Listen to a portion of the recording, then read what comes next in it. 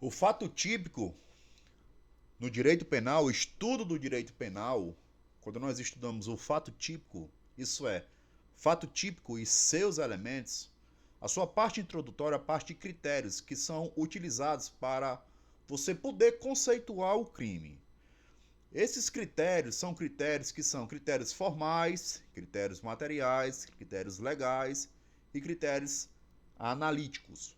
Bom, quando eu abordo a você, quando eu abordo com você sobre critério formal, segundo Bettiol, crime é todo fato humano, proibido pela lei penal. Tem que ser um fato humano e que ele é proibido pela lei penal. Quando nós abordamos o crime material, crime é toda ação humana. Entenda, ação humana que lesa ou põe a perigo de lesão bens jurídicos penalmente tutelados.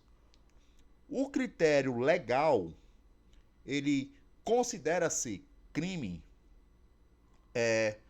a infração penal.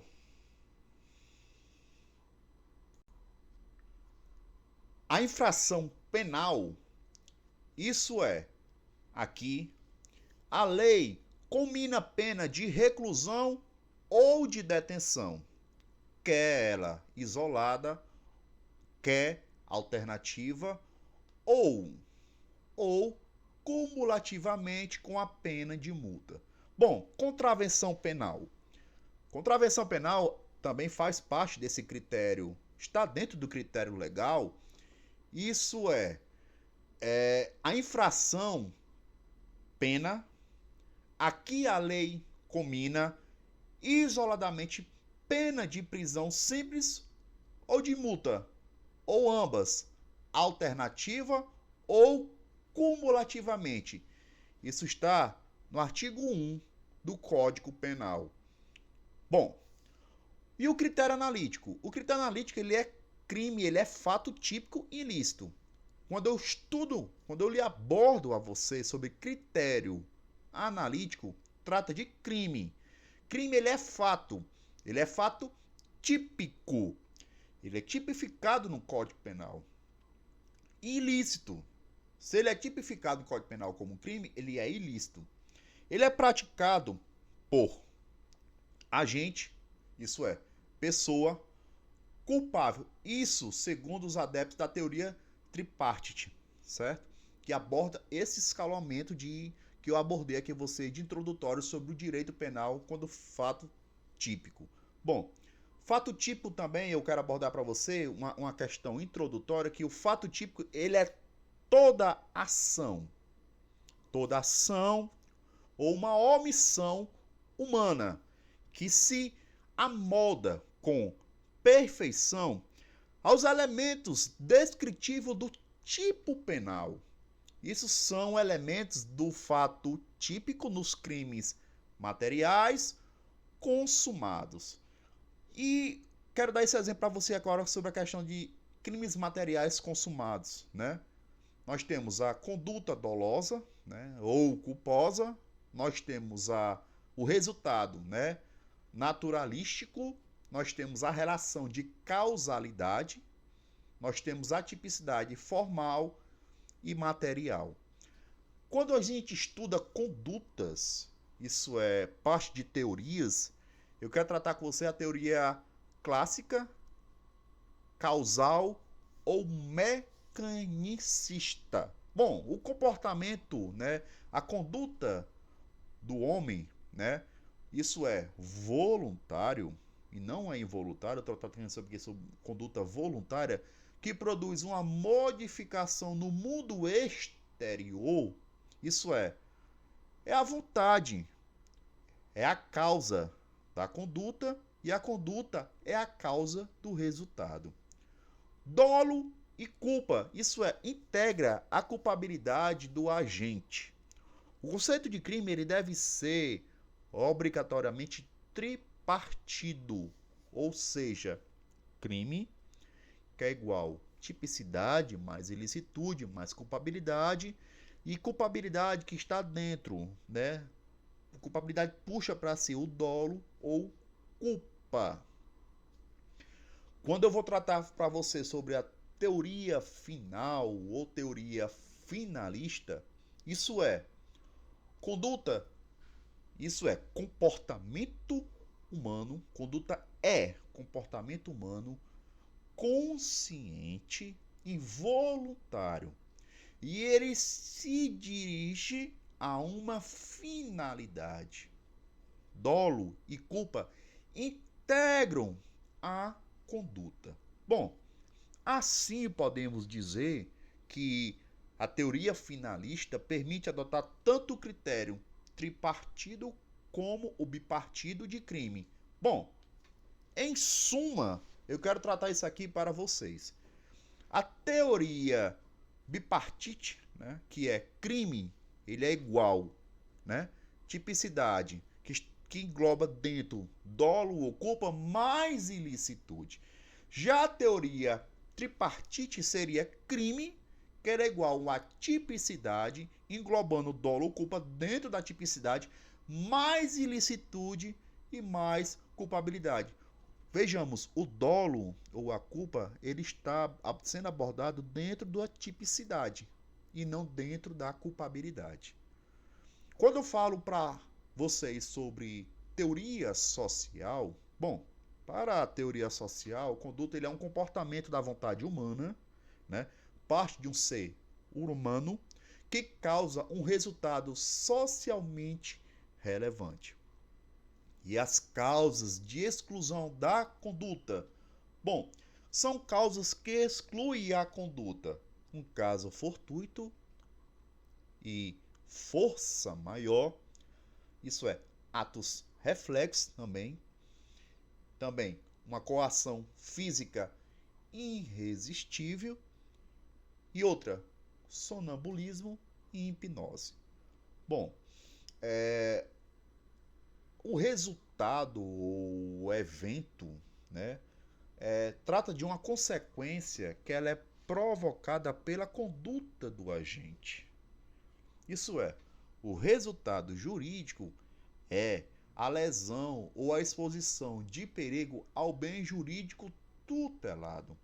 O resultado naturalístico é a modificação no mundo exterior provocado pela conduta do agente.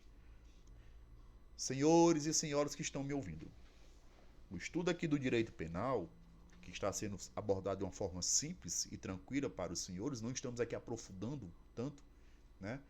Quando eu trato da relação de causalidade, preste atenção que isso é cobrado bastante, né? E é muito importante vocês saberem. O conceito, isso é, elo, que une a conduta praticada pelo autor do fato típico ao resultado naturalístico que por ele produzido. Isso é, nós vemos isso no artigo 13 do Código Penal.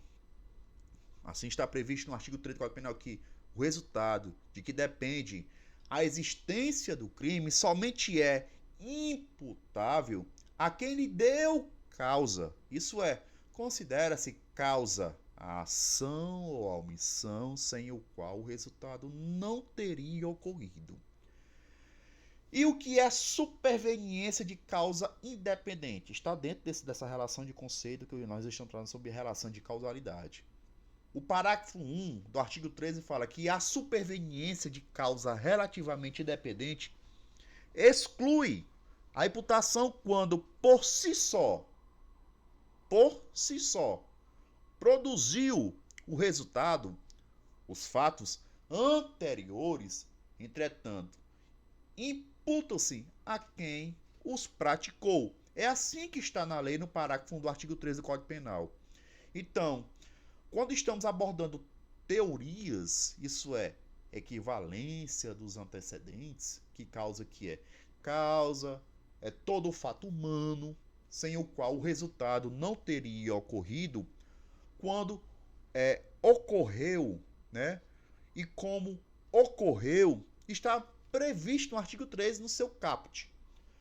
Mas eu tenho aqui uma questão que um processo, né, que é chamado, estudado pela teoria, o processo hipotético de eliminação de Thiem.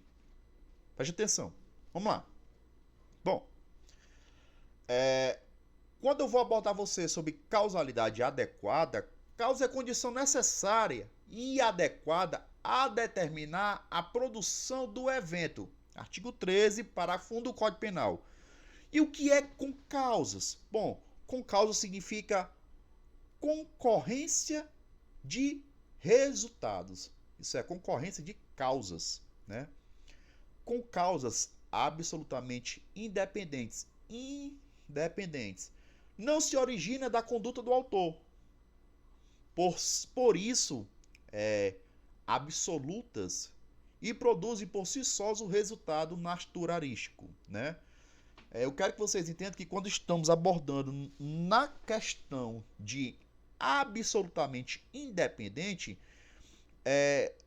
a conduta, né, ela não se originou da conduta do autor, tá? Isso é absolutamente, não relativamente, absolutamente é completamente por fora do ato do homem e da mulher. E produzem por si sós um resultado naturalístico. E o que é com causa absolutamente independente pré-existente? Já existia anteriormente a prática da conduta. Quando eu vou tratar vocês com causa absolutamente independente concomitante, desenvolve-se ao mesmo tempo da conduta do autor. E quando eu trato de com causa absolutamente independente superveniente, manifesta-se após a conduta do agente. Vou repetir esses três e dando uma forma que você possa compreender um pouco melhor nesse sentido. Bom, olha, absolutamente, né? Isso é com causas três, absolutamente, né? Isso é por si só, por isso são absolutas, né? E produz por si só o resultado naturalístico. Pronto. E absolutamente independente, e o que é pré-existente, o que é concomitante, o que é superveniente. Quando você vê pré-existente, está dizendo que já existia anteriormente a prática da conduta. Se é concomitante, desenvolve-se ao mesmo tempo da conduta do autor. E quando é superveniente, manifesta-se após a conduta do agente. E aí? Isso aí é que você tem que ter noção um pouco das concausas, né, que fazem parte da teoria que é abordada, conceituada no artigo 13 do Código Penal, porque vão lhe perguntar se é pré-existente, se é concomitante, se é superveniente. Sabendo isso aí, você já está sabendo 30% desse estudo que eu estou lhe dando aqui agora. Vamos lá. Consequência das causas absolutamente independentes. Bom, há um rompimento, né? Há uma quebra do nexo de causalidade. Assim, o agente ele só responde pelos atos já praticados, né? Quando eu vou falar sobre relativamente independente, eu estava tratando anteriormente sobre absolutamente, agora eu vou entrar relativamente. Independentes, isso origina-se da conduta do autor, né? Isso por essa razão, relativas e produzem por si só um resultado naturalístico. E se divide em pré-existente, independente relativamente, né? Concomitante e superveniente. Vamos lá.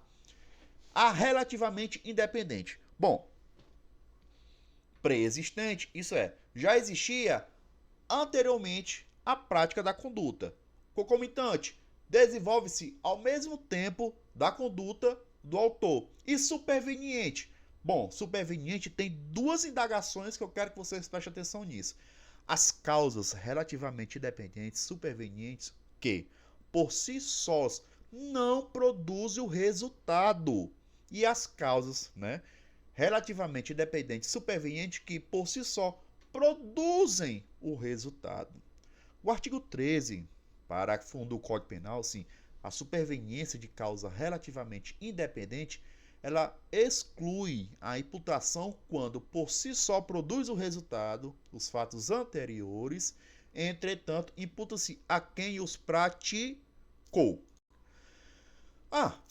E relevância da omissão. A relevância da omissão deve ser estudada porque está no parágrafo 2 do artigo 13 do Código Penal. A omissão é penalmente relevante quando o omitente devia e podia agir para evitar o resultado. Isso aplica-se, não? Somente aos omissivos impróprios. Não posso falar aqui de omissivos próprios, omissivos impróprios. A relevância da omissão é composta pelo poder de agir e pelo dever de agir. E o que é poder de agir e dever de agir? Bom, são hipóteses do dever de agir. Bom, o agente, né, tem, por expressa determinação legal, a obrigação de cuidado, proteção e vigilância. Outro exemplo, o agente tem, né, de outra forma que não a da hipótese anterior, assumir a responsabilidade e impedir o resultado. Ele assumiu a responsabilidade. A anterior, ele parte de uma determinação, de uma obrigação de cuidado, de proteção e vigilância. E a terceira, o sujeito, em virtude do seu comportamento anterior, ele criou o risco da ocorrência do resultado. Mas o que seria tipicidade, né, na sua forma, em sua forma formal propriamente dita, né? É uma mera, podem dizer, de uma adequação entre um fato e a norma penal, fato e a lei. Quando eu trato ela na modalidade material, isso é lesão ou perigo de lesão a um bem jurídico tutelado, a um bem jurídico protegido pela lei. E conglobante, eu estava falando anteriormente, não tem nada a ver com conglobante lá em cima. Conglobante agora eu vou falar para você, que é antinormatividade, né? Esse estudo parte do professor Raul Zaffaroni, né? Ele preceitua que a conduta legalmente típica também é proibida pelo ordenamento jurídico como um todo. Assim, não basta a mera tipicidade penal. A conduta, ela contraria a norma, a lei penal, e deve ser contrária a todo o sistema normativo, isso é, conglobado.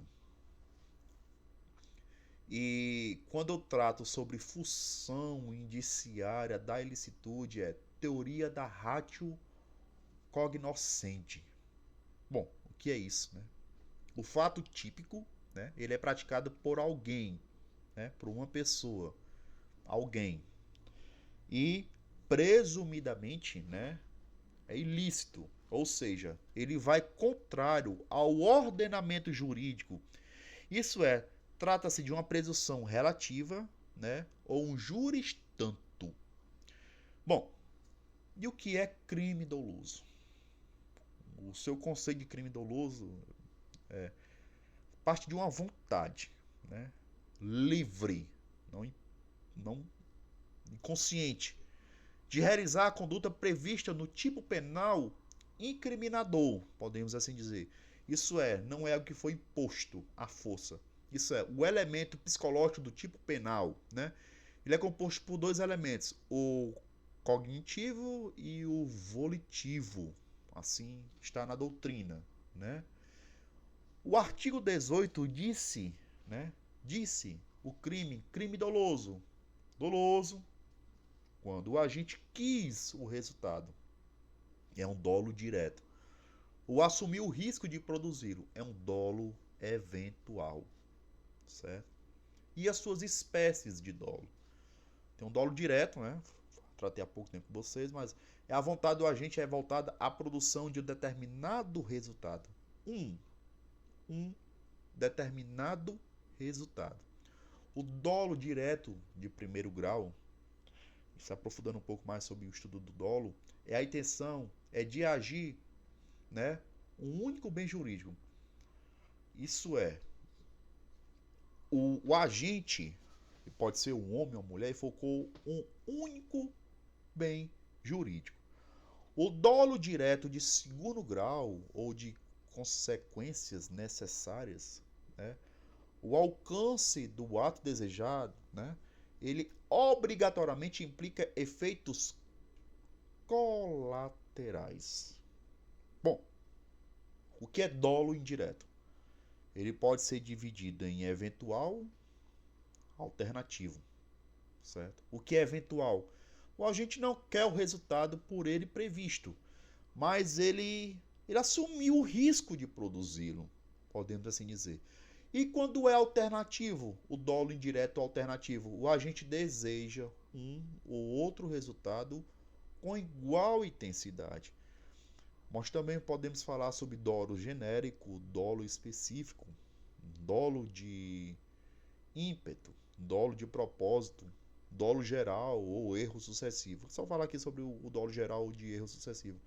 O agente, supondo já ter alcançado o resultado por ele visado, pratica uma nova ação que efetivamente dá causa ao resultado por ele pretendido. E o que é crime culposo? Já estudamos o dolo, agora vamos estudar o que é crime culposo, né? Culpa. Bom, crime culposo é o que se verifica quando o agente, deixando de observar o dever objetivo de cuidado, né? Isso por imprudência, por negligência ou por imperícia, realiza voluntariamente uma conduta que produz resultado naturalístico. Bom, não previsto, né? E nem querido, mas objetivamente previsível. E excepcionalmente previsto e querido, que podia, com a devida atenção, ser evitado. E elemento normativo da conduta, pois depende, né? Depende da valoração pelo magistrado no caso concreto, né? São tipos penais, né, abertos. E seus elementos têm de conduta voluntária, o resultado naturalístico, né, involuntário, um nexo de causalidade e a sua tipicidade. Quando eu trato de tipicidade no crime culposo, isso é salvo os casos expressos em lei, ninguém pode ser punido por fato previsto como crime, senão quando a prática dolosamente. Isso é artigo 19, parágrafo 1 do Código Penal. E o que é violação ao dever, né? Ao dever objetivo de cuidado? Nós temos a imprudência, nós temos a negligência e a imperícia, que a gente tratou no crime culposo na conceituação, né? A, a, essa previsibilidade ela pode ser objetiva e a sua ausência de previsão é prevista em lei, né? E essas suas espécies, bom, quais são as espécies de crime culposo, né? Tem a culpa consciente, a pessoa tem consciência do que está fazendo, tem a culpa inconsciente, né? O agente não prevê o resultado, né? Ele objetivamente previsível, isso é ausência, né, de previsão. Tem a culpa própria, né, que isso é verifica-se quando o agente não quer o resultado nem assumir o risco de produzi-lo, né? E a culpa imprópria, né? O agente, né, ele após prever, né, o resultado e desejar sua produção, ele pratica o fato por erro inexcusável. Isso é, quando a ilicitude do fato, né, a sua previsão legal é o artigo 20, parágrafo 1, da parte final do Código Penal, né? É isento de pena quem, por erro plenamente justificado pelas circunstâncias, supõe situação de fato que existisse, né, tornaria a ação legítima. Não há isenção de pena quando o erro deriva de culpa e o fato é punível como crime culposo. Isso é, trata-se da única espécie de crime culposo que admite uma tentativa, né? E exclusão da culpa, né? O que exclui a culpa? Bom, o caso fortuito, a força maior, né? Um erro profissional, um risco tolerado, né? Um princípio da confiança também. E o que é crime preterdoloso? Bom, o crime preto doloso, a conduta é dolosa, né? Acarreta a produção de um resultado mais grave do que o desejado pelo agente, né? Eu posso dar um exemplo para você que está no artigo 129, né, do Código Penal, que é uma lesão culposa, né, corporal seguida, uma lesão corporal seguida de morte, né? Isso aí, ele assumiu o resultado, né? E no parágrafo 3 assim está previsto, né? Se resultar morte e as circunstâncias evidenciam que o agente não quis o resultado, nem assumiu o risco de produzi-lo, a pena é de uma reclusão, né, um pouco mais dura, de 4 a 12 anos. Então podemos então esquematizar o delito assim, exemplificando a seguinte forma, né? Bom, a lesão corporal seria uma conduta dolosa, né? O morte seria um resultado culposo. Bom,